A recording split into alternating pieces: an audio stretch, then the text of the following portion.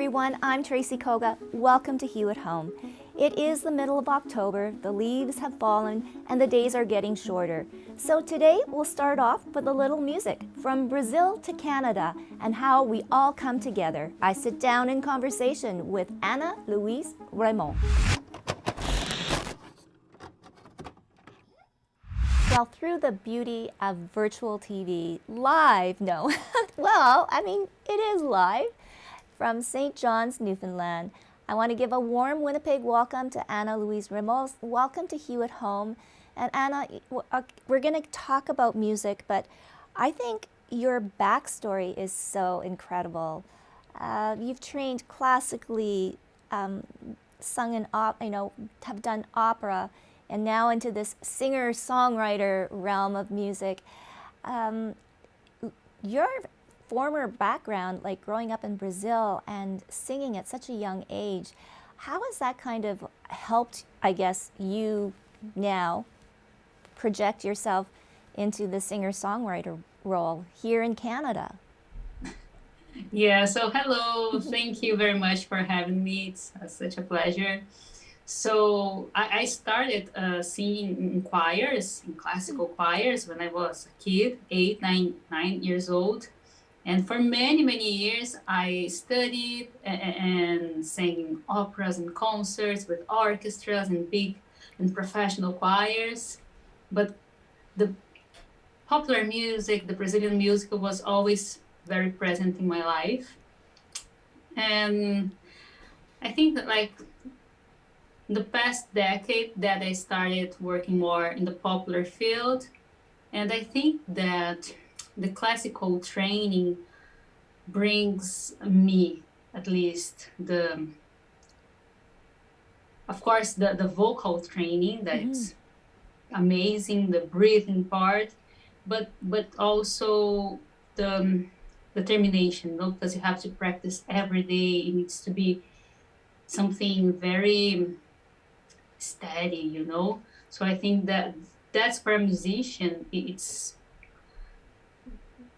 perfect, because we need to practice, and we need to improve our instrument. And as a singer-songwriter, I'm not sure if I had many benefits from the classical world, because for many, many years, I didn't think that I was able to write my own music, because I was a singer. I used to sing someone's, like other people's music, and mostly from dead composers, from 200, 300 years ago. So I never thought that I was going to be able, but when I started trying, I saw that I could write my own music.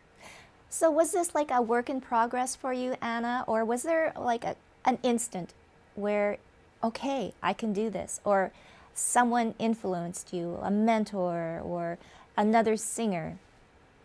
Yeah, so I have been playing with my husband and my musical partner, Eric, and for many years he was, Hannah, you need to try, and no, I can't do this. And if I'm not going to do something that I'm proud of, I'm not going to even try. So in 2017, I was in Scotland for some concerts, and I was attending this conference, and I did a workshop in creative writing.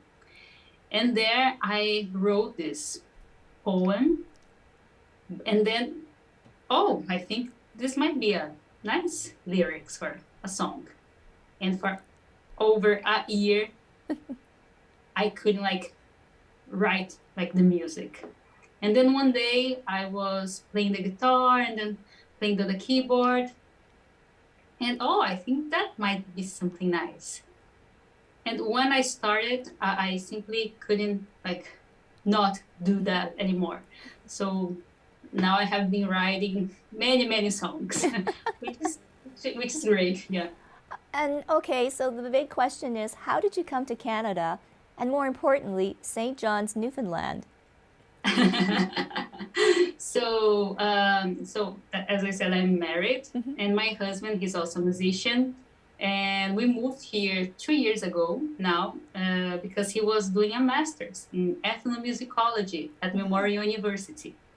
Yeah, and now he's doing a PhD in music too.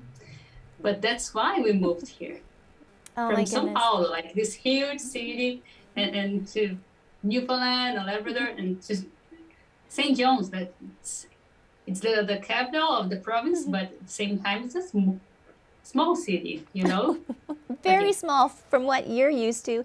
Okay, so now Yeah. adapting yourself to not only a new country and a new city and language, and then trying to get your music going. How did things shift for you? So now that you are, having your sophomore album debut.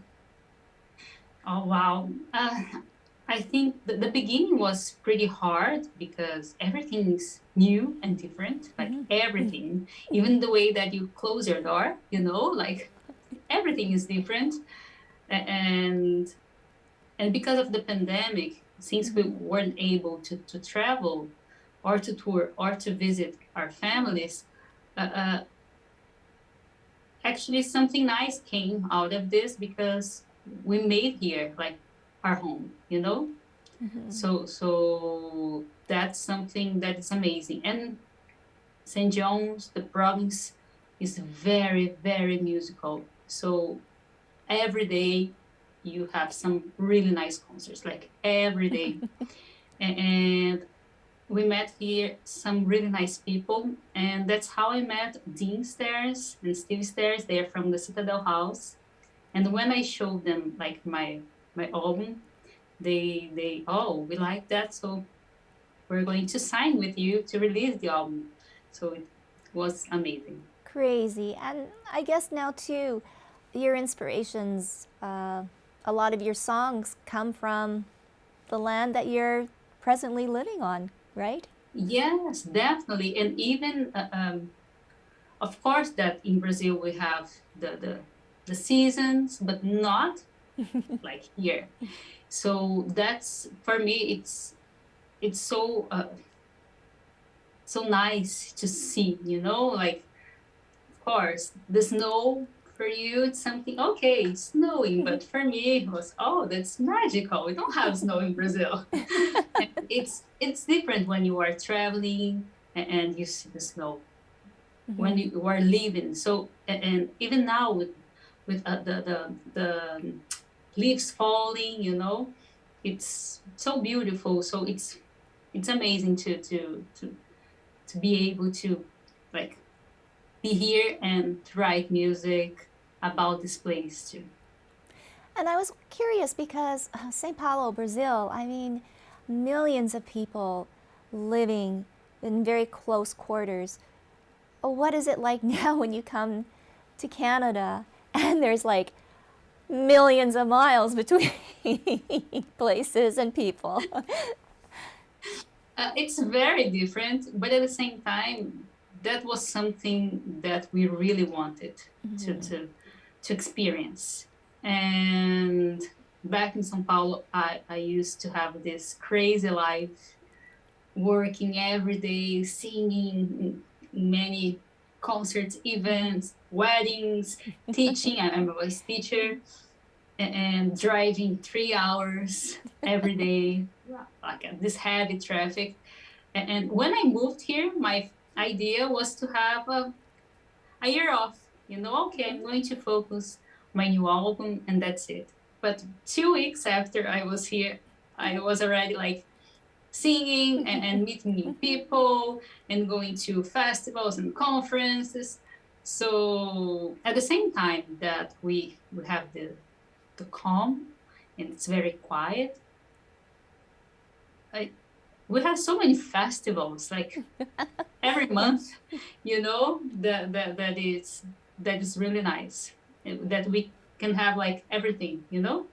Yeah. The peace, the calm, the nature, really, really near, and all this art scene.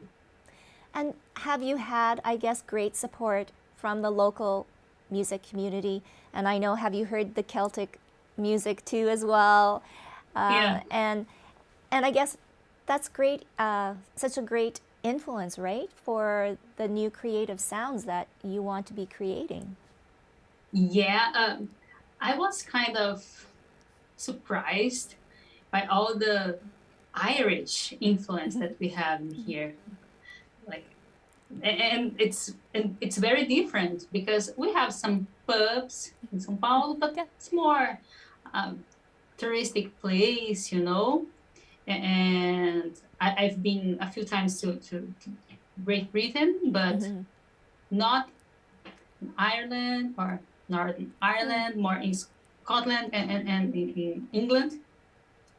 So I was very surprised. And I think that's something magical about music, you know, it's a universal language. Yes, it is. I have another personal question. Have you kissed the cod? Do you know? No, that's you haven't been screeched. No. So let me tell you. So screech is like traditional to Newfoundland whiskey, and so you take a shot, and you probably have heard this. Eric probably has been screeched. Yes. Yeah, I tried the screech like Yes. last year, I guess, but I haven't kissed the cod. Okay. So yeah, you kissed the cod. Yes. It's not that bad. It's a little. No, you know that we have some pubs here that they Yes. do like the whole ritual. You know, Yes. like you drink and then you kiss the cod. See, Oh no. that's your next album, Kiss the Cod. And you'll have to learn Gaelic too. That'll be your next language to learn. Oh yeah. Wow. Oh, and Yeah. that's another thing too. So this album, you do have original songs by you, both, and this is both in English and in Portuguese too, correct? And the Yeah. album is called Amanheceu. Amanheceu. Oh my goodness, that's so beautiful. Yeah. It means dawn, everybody. Yeah, Right. actually, there's no direct translation to Yes. to amanheceu, but it's something like dawn or the dawning Okay, in the Portuguese. dawning. Yeah, Oh, yeah. well, it is a beautiful album, and we're so happy that Anna's going to actually perform a song from the album. And we wish you and your husband Eric all the best. We can't wait for more music. And maybe you could do a collaboration with Great Big Sea. I'm sure you've heard of them. Oh, That yeah. would be awesome. That would be awesome. But thank you so much, Anna, and thank you for sharing your fresh look at what international music can look like, and how I think it should be a mainstay and should be part of the popular pop music that we play every day. So Oh, thank you very much, and I really appreciate the opportunity yes, and talking to you and showing a little bit of Brazilian music, yes, like and getting to know you. Canada. Okay, so you can take it away. You can introduce the song, Anna, and thank you so much, Ana Oh, Luisa thank Ramos. you. So I'm playing Minha Canção. Minha Canção can be translated as my song, and actually it's a love song, and it's about loving someone, and this is this is kind of a song that I wrote for my husband. So Minha Canção.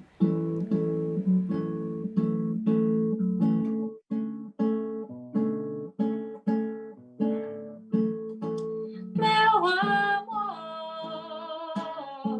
essa é a minha singela canção pra você. Não existe amor maior que o meu.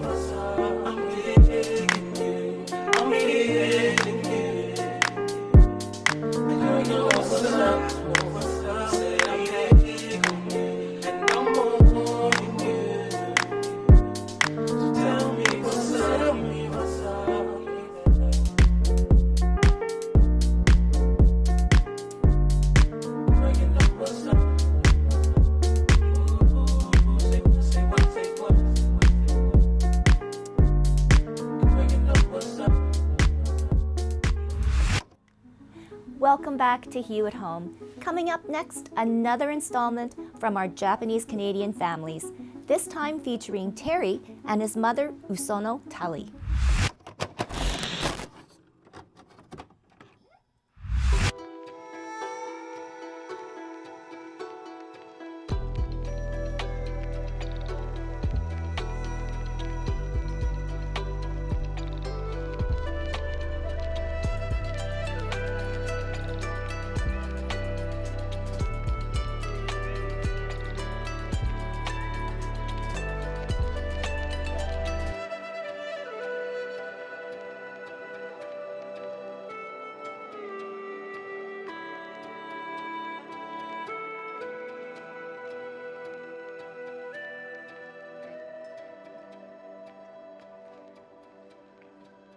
Well, Terry, Osono, I am honored that you have come here today because it's all about sharing your story from the beginning to where you are today.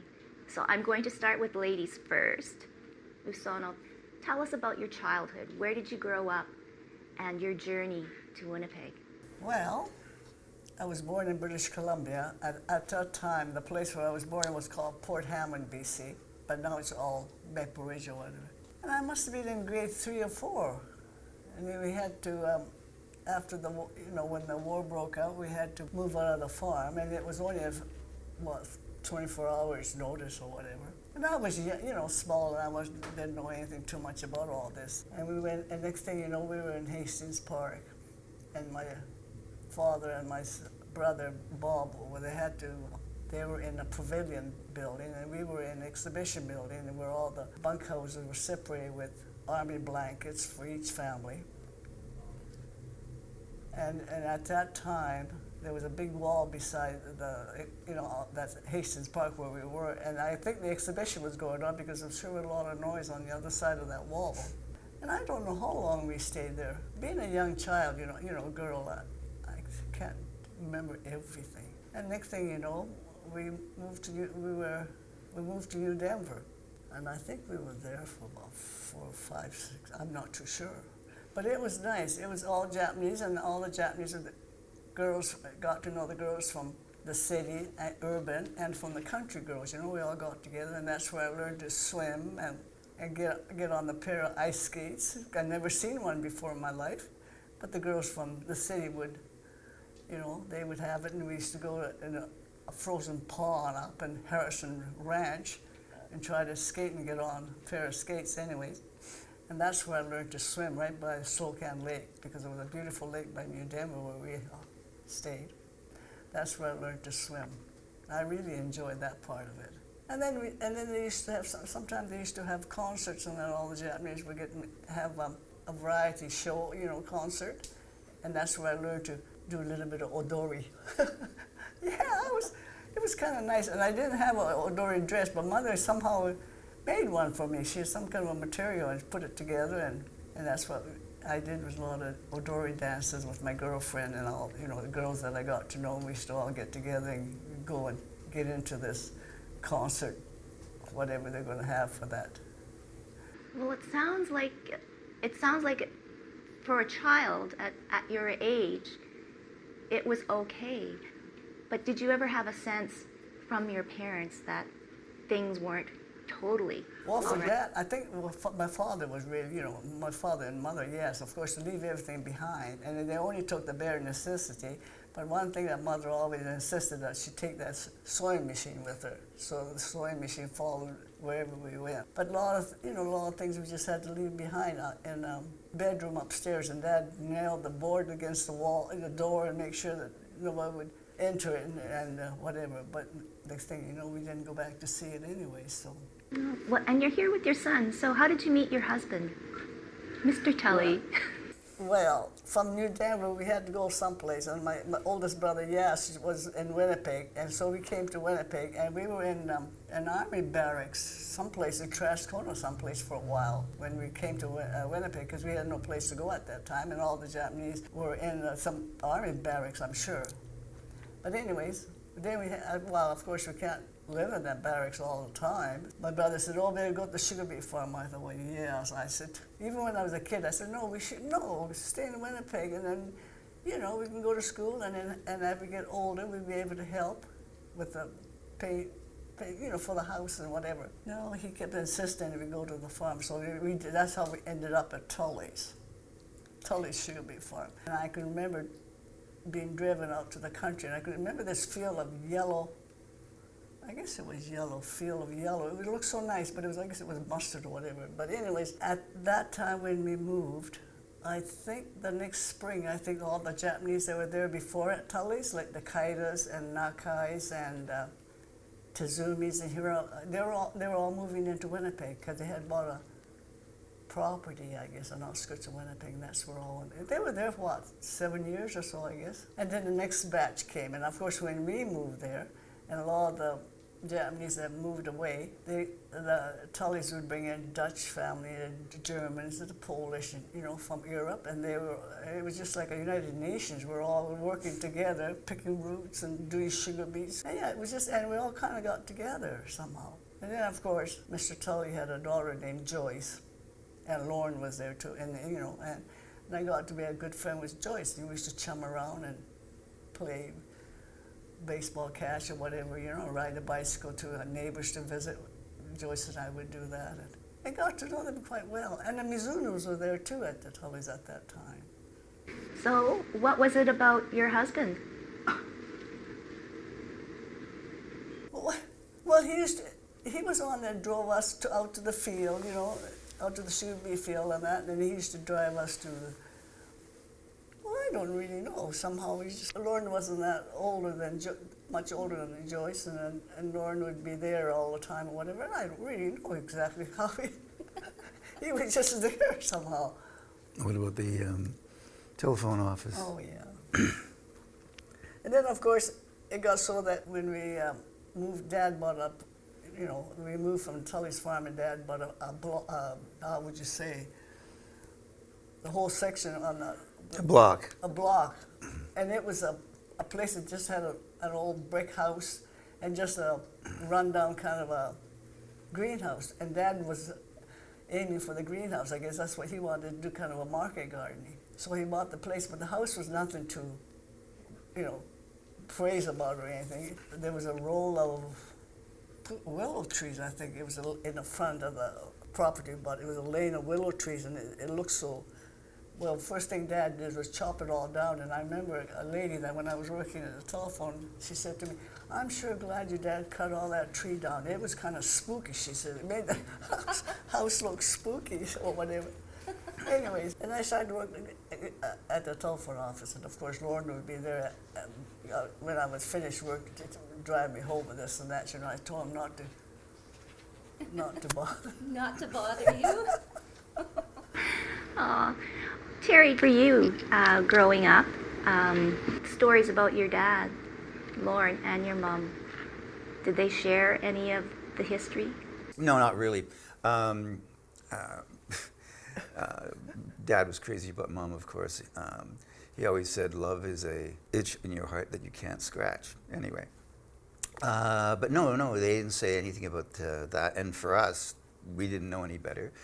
And to going to school, Tim and I, it was in grade 1. It was about 2 miles away, one-room schoolhouse, grades 1 to 8, and then that summer, the summer afterwards, they built a second room, so it became a 2-room schoolhouse. And we're all kids, and nobody said anything. We didn't know any different. Everybody was the same as everybody else. It wasn't until we got to high school that there was a sort of a noticeable difference. Not a big deal, but you know, you could just tell that, you know, we were different from everybody else because they didn't grow up with them. And then one day, They told wasn't it at the high school, they said that Tully twins, and they said they're not twins, they don't even look alike. and there was another set of twins, and they really looked alike. Anyway, one day went home with one of my friends from high school, David Taylor. Oh my God! So and for lunch, and introduced me to his parents, and they went, Tully, oh yeah, we know about you guys. I said, huh?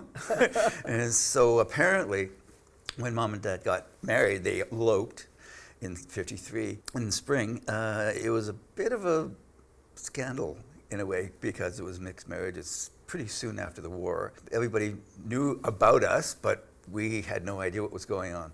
Yeah. And then we started asking some questions and kind of got a little bit more of started to get a little bit more of an inkling of the background of what was going on. And for yourself, Osono, did you ever feel different? Isn't that funny? No, not really. Because, you know, I don't know. I really didn't. People were pretty accepting at the time. It seemed like everybody was in the same boat. You sort of like not quite middle class, but working class, people coming from the farm.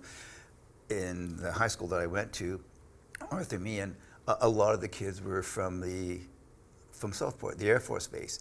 And so they'd be changing every year. You know, you could make some friends, but then they'd be moving on. There wasn't any real, I shouldn't say there wasn't any real prejudice, there really wasn't, but you know, you knew you were different, and sometimes they would, you know, sort of let you know that you were different, just from the way you looked. But that's okay. I mean, it wasn't a bad thing necessarily, and as it turned out later on, it was actually an advantage. And Grandpa Tully, you know, Lauren's father was really good to the twins, and he was very, you know, he was very understanding. Yeah, and all the Tully families, we all got together. You know, we got along though. Oh yeah. Oh yeah. Well, it sounds though the Tullys really appreciated all of the immigrants that they brought on, and especially I think especially the Japanese. Yes, that's right. Yes. Yeah. and he did treat everybody very well. When the sugar beet is finished in the fall, they used to clean that shop of Tully's, and then all the Japanese would supply a little bit, you know, take a little, like a potluck get together. That's what we did at the shop. Then they, you know, they clean that shop, and all the Japanese all get together, and then they bring the potluck supper. We'd have all get together. Yeah, we did that every fall till most of the Japanese moved away after that. But yeah, and at that time, I think I met Lauren's mother once, and then she passed away. And she was a very nice woman, yes. All the Japanese really, really liked her. She was so nice, yeah.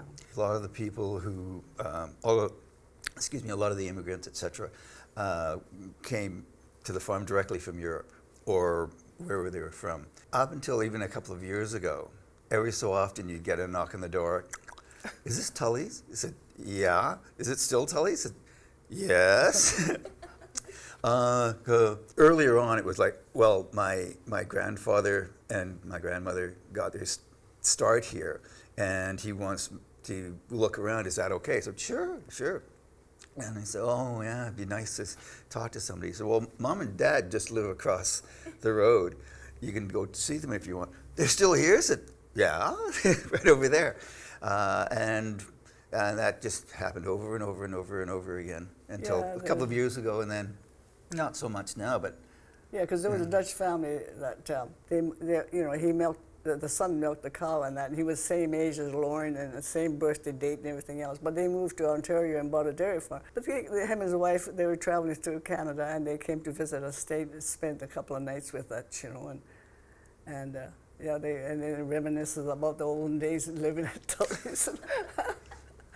Yeah, and then there's one of those Sato girls, Fred Osato. I don't know if you know them or not. But anyway, Fred Osato used to have a grocery store in Winnipeg, but he's long gone. But they used to live at the Tully's Osato family, and one of them, Ruth, was the one that came back and came to the farm to visit. And she was saying the first thing she noticed about the farm was the trees were growing so tall. And she said she thought the shop and that looked so big, but now she said, sure, it doesn't look very big. She said, yeah, they were kind of reminiscing the yard and that, you know. And then she asked me if Jack was around, like Lauren's older brother. And, oh, yes. I said, he's still around. And she wanted to meet him because I guess, you know, because they knew them when they were living there. So, yes, she was, yeah. And then a lot of the others came around. The Hiroka boy, one of them came along from St. Claude. Was he not married to a girl from St. Claude? I'm not sure. Yeah, she was one of the Hiroka boys came. Well, it just sounds like you're one big, huge, happy family. So I'm just curious, now if you look back, Osono, on everything that you've lived through, the hardships and the good times, you've raised a family, would you have changed anything? Well, I think no. I think a lot of times, it kind of helps you when you have go through hard times, sort of, and you appreciate the future. And I appreciate now that and I've lived in an apartment and all the work I used to do, and when you think back, you wonder how you ever did it, sort of a thing. And everybody would say, when anybody would phone me and says, "What are you doing today?" I said, "Not a heck of a lot." And she said, "Well, it's about time. You don't need to do anything." Well, and for yourself, Terry, now that you know more about your mom and dad and yourself, a farmer, doesn't life really become more rich when you know a little bit more about? Well, when you know more about you appreciate things more, I think. when you know more about your past and all of that, it draws you in more. A number of years ago, Mom and Dad said, "You know what? You should go to New Denver. There's a museum there. It's beautiful," because they had gone through there a couple of years before that. So Kathy and I did a road trip, and yeah, it was really interesting. And the museum was there, and we went in and we signed it, the book and all of that. And then, the following year, we get a phone call from this woman whose name escapes me right now, who was writing a book about the Slocan Valley. And each section would have a different sort of ethnic group that was there, the Doukhobors, then Japanese Canadians. And so she phoned me and she was asking me about that because she had read my name in the comment on that. Yeah. And she was talking and said, "Well, you should really ask Mom about that. She's still there?" I said, "Yeah, she's just next door." So she phoned Mom and talked to her, so Mom's in your book. It was kind of like, okay, that was interesting.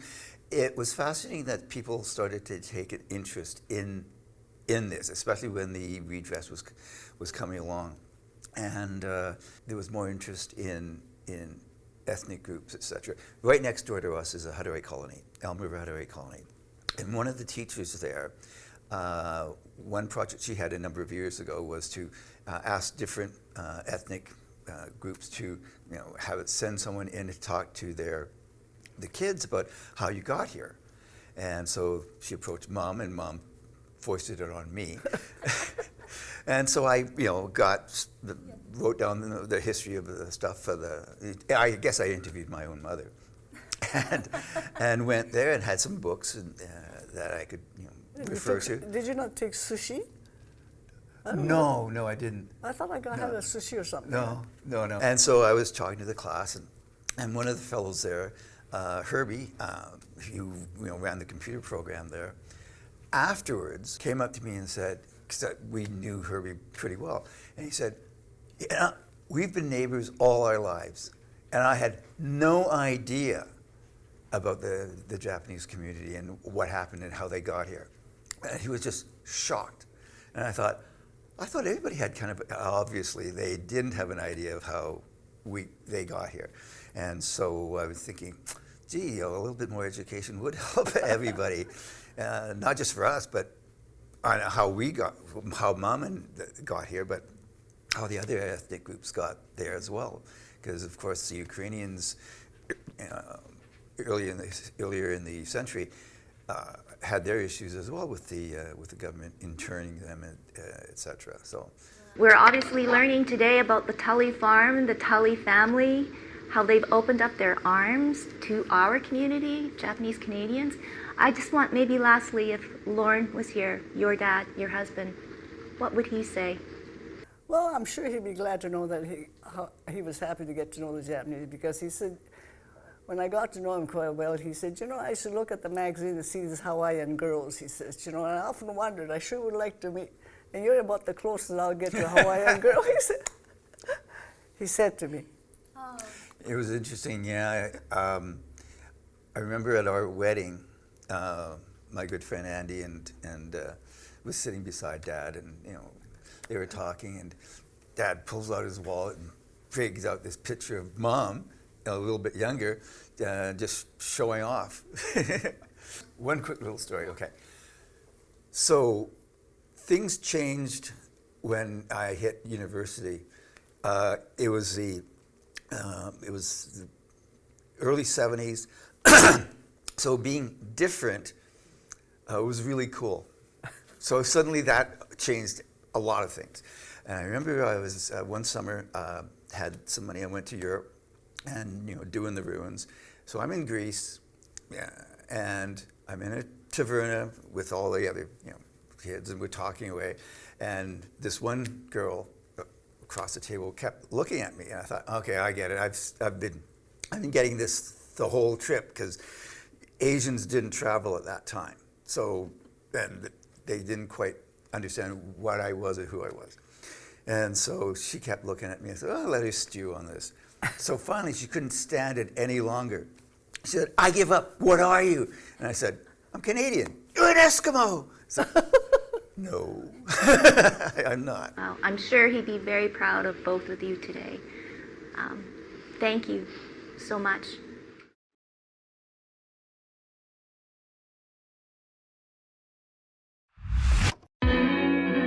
So the Hive is a climbing and fitness facility, so we're bouldering only, which means no ropes or harnesses. We use mats for protection.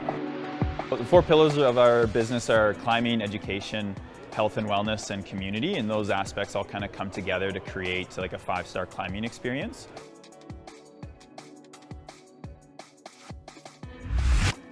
We want to give a big thank you to all of our guests on today's show and leave you with this question. Where in the world would you like to travel to, and why?